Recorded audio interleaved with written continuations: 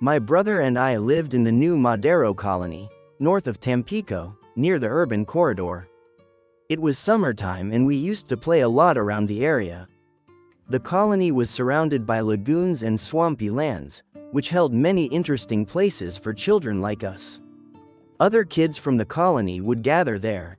Getting lost between the trees and weeds was a great adventure. The game seemed almost endless. Those days the rains were barely starting. The heat was eased by a little wind and occasional squalls that only added mud and the swarm of flies that ruled the place.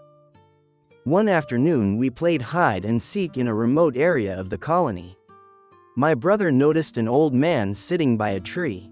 Alarmed, he called me and I could see he was indeed an indigent man. He wore a straw hat and humble clothes. He sat on a trunk and next to him had a bag of dirty, soiled clothes. We didn't pay him any more attention. We had seen homeless people wandering around that area before, looking for something to eat or scavenge. Days passed and my brother kept watching the old man, but something changed. Every time we saw him he was standing next to a large tree, pointing at something on the ground. His pale, broken face contrasted with a look of sadness and loneliness. His queasy glance was even more distressing. That put me on alert because it seemed like he needed something, but our parents had told us never to talk to strangers, and especially not to old people, so we still didn't give it importance until we told the other boys. One of them said he'd never seen anyone there, another said it was a ghost. But what one comrade told us made us think our luck might change. "It's a ghost," he said. "If they're always in the same place it's because there's a treasure and they point to where it's buried." A treasure. It sounded incredible, pirates and adventures. The idea moved us so much that the next day we all went to the spot where we'd seen the old man pointing. We took shovels and buckets. The old man wasn't there, but there were remains of an old bonfire and a lot of garbage piled up, as if someone had lived there under the brush. Some of the boys felt uneasy and feared the old man might return and catch us digging on his spot. We waited a long time for him to appear and claim something, but he never came. We all noticed that where the old man had stood the earth was a little disturbed. It even had moss and vegetation, strange because nothing else grew there.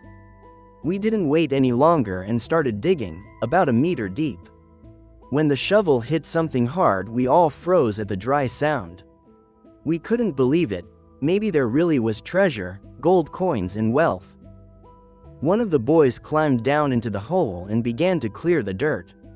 Suddenly his happy face changed to terror when the empty basin of a skull appeared before our eyes. It was a blackened skull, old bones mixed with the dark earth. Immediately the boy climbed out and shook the dirt from his hands with disgust. We couldn't believe it. The treasure turned out to be the remains of some unfortunate person. We had to tell our parents. The public ministry, CEMEFO, the extra and a crowd of curious people arrived. They exhumed the remains. We were all there, silent, thinking perhaps the treasure was under the dead, but it wasn't. Apparently the person had been killed with a machete to the head.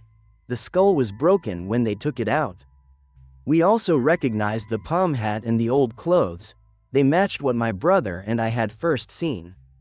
Later it was said he was a homeless man who had been missing for years. A photo of the old man was published, and it was the same man we had seen. We never went back to that place.